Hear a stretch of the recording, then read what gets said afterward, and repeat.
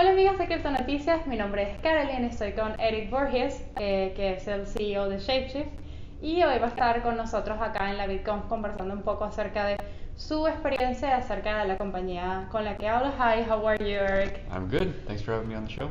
Thank you.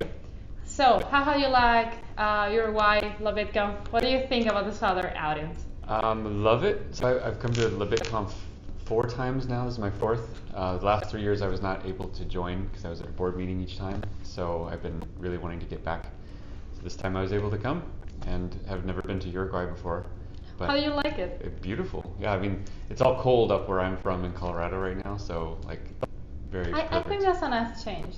Usually these conferences are like cross worlds, so it's fun to go from cold to hot, even if it's not summer in your place. Exactly. So it's a good mid-year retreat. Yeah. So it's great. I'm glad you're liking it. So mostly what I want to speak to you is about your own. I know you are very active on crypto Twitter, and you know you're a great person for interviewing, and you have a lot of opinions. So I want to know.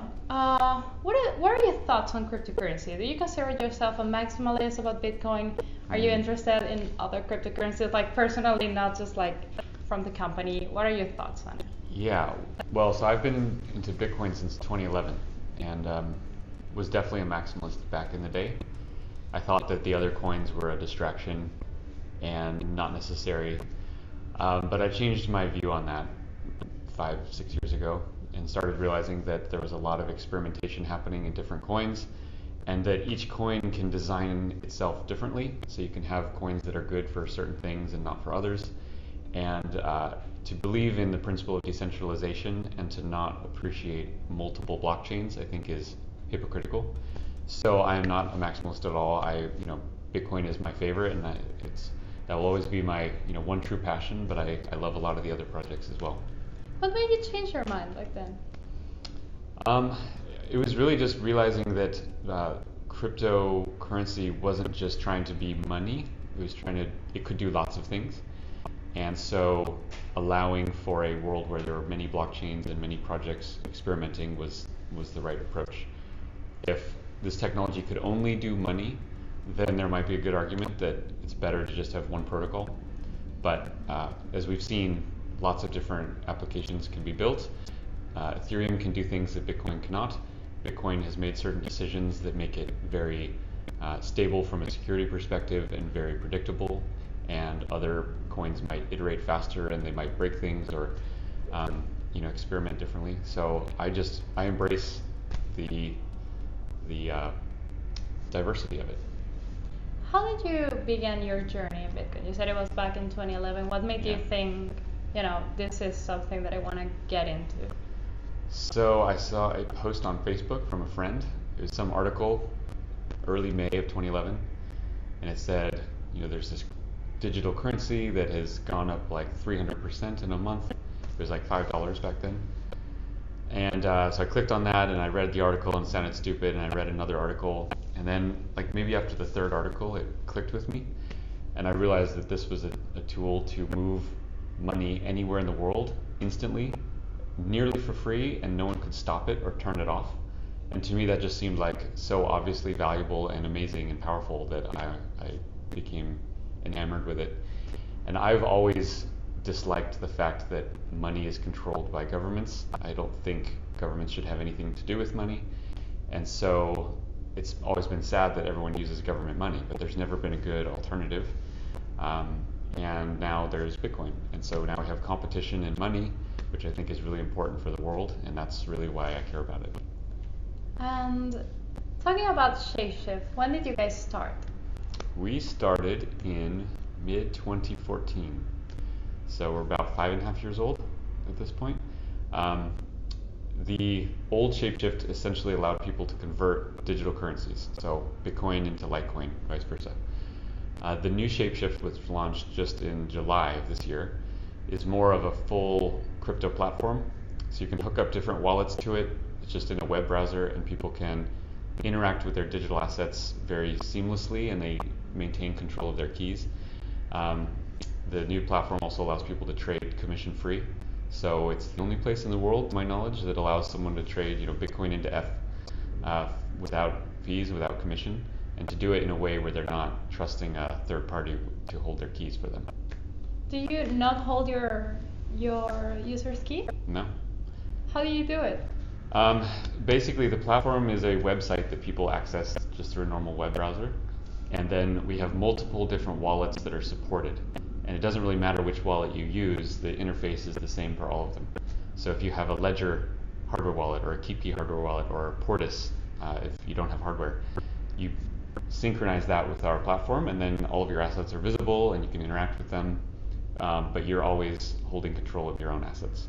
What do you think is important? I mean, because there's a lot of talk about adoption, and a lot of people who believe that exchanges and as such are very easy for people to get into because it feels like a banking system. Mm-hmm. So, and most people don't hold millions of dollars or money that if they lost, they felt like they would have lost, something massive. Most people hold like small amounts of crypto. So people who are just getting into this ecosystem might say, hey, it's okay, I can use an exchange.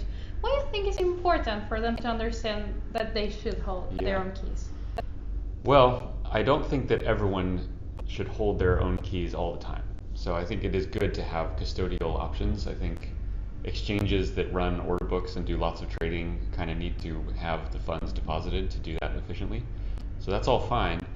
But a lot of people just leave their funds at the exchange as their wallet. So they might not even be trading and they're leaving it with a third party for months and months. And the reason that crypto is powerful is because it allows someone to have possession and control over their digital assets. And that's something that people are not used to. It takes a little bit of responsibility and learning. But if the whole crypto industry gets big and everyone is just holding their funds with a third party, it's not really any different than banks. It'll just end up becoming a new banking system where a third party is holding and controlling your assets. Self-custody is important because it asserts one's control over their own wealth, and that is really the whole point of why this stuff is cool. Awesome. So speaking about more sort of traditional approaches to projects, Libra has been on everybody's mouth these past few months because a lot of people backed out from it.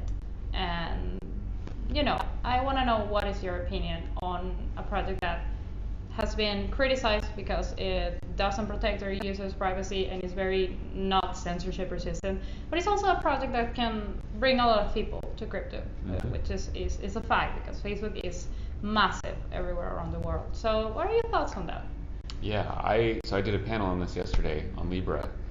I think it's very cool, and the reason it's cool is because it will introduce people to the idea that non-government money can exist. It'll help people understand that money is a good that should compete in an open marketplace, and to just get in that headspace of realizing that that's okay. And it doesn't matter if Libra is the best cryptocurrency in the world. It has a lot of problems with it, like you said, but it helps billions of people realize that money does not have to come from government. That alone, I think, will be really good for Bitcoin and other true cryptos. So I hope Libra launches. I think that will bring a lot of people into the space. And if you're concerned about it not protecting people's privacy, they're already using banks, so they don't have any privacy already. So to them, it's not any worse. But it will introduce them to a new type of money, and that's why I like it. Well, now that you've been able to come back to Latin America after 4 years to LaBITConf, which I'm sure you've seen that it's becoming bigger and bigger every year because it's a great conference for people who are just getting started. What are your thoughts on the Latin American landscape? What do you see in us down here that you think is positive? I don't know much about the whole Latin American crypto landscape, and I haven't been down here for like 4 years. So I came down here just to kind of see where things were. And it's really fun to see all the new faces, meet all these new people that weren't involved, 3 or 4 years ago, and now they're in it and they're building businesses and they're meeting with people.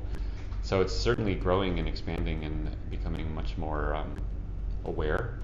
Like I remember last time I was at LaBITConf when we were taking our taxi to the airport, the driver had never heard of Bitcoin. We asked him about it. This year, I took an Uber from the airport to here, and the driver knew what Bitcoin was. You know, he didn't have any, but he had heard that term and he knew what it was. So it is growing in awareness and adoption, and that's really fun to see. That's fantastic, I think. What would you say to somebody like that taxi driver from 4 years ago? Because not maybe explain what Bitcoin is, because you can read that in a book. Down here at the conference, we all got a present. That is a book that explains it like very well in a very short manner.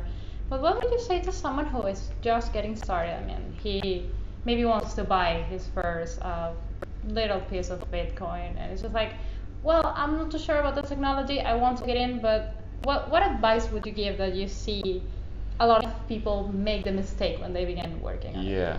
So a mistake a lot of people make, they hear about it because it went up in price and they just want some because they want to make money. And like that gets a lot of people interested. It's much more important that someone learns about it before they buy it. But the irony is that most people who don't own it won't care about learning about it.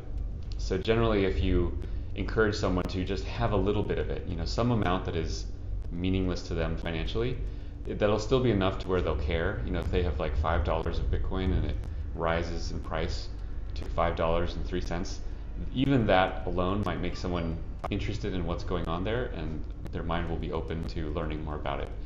So my advice is learn about Bitcoin before you buy a lot of it, and understand that it is not just an investment. The whole point of it is that it changes how money works around the world. And if you're investing in it, you're investing in that future, and you're taking that bet. Fantastic. Well, thank you so much for being with us today. Is there anything you would like to say to your Spanish-speaking audience? No, just try out shapeshift.com if you're interested in a great way to interact with your crypto and to trade between cryptos without fees. Shapeshift.com is a great spot. Okay, so fantastic. We'll check it out. Thank you so much for being with us today. Cool.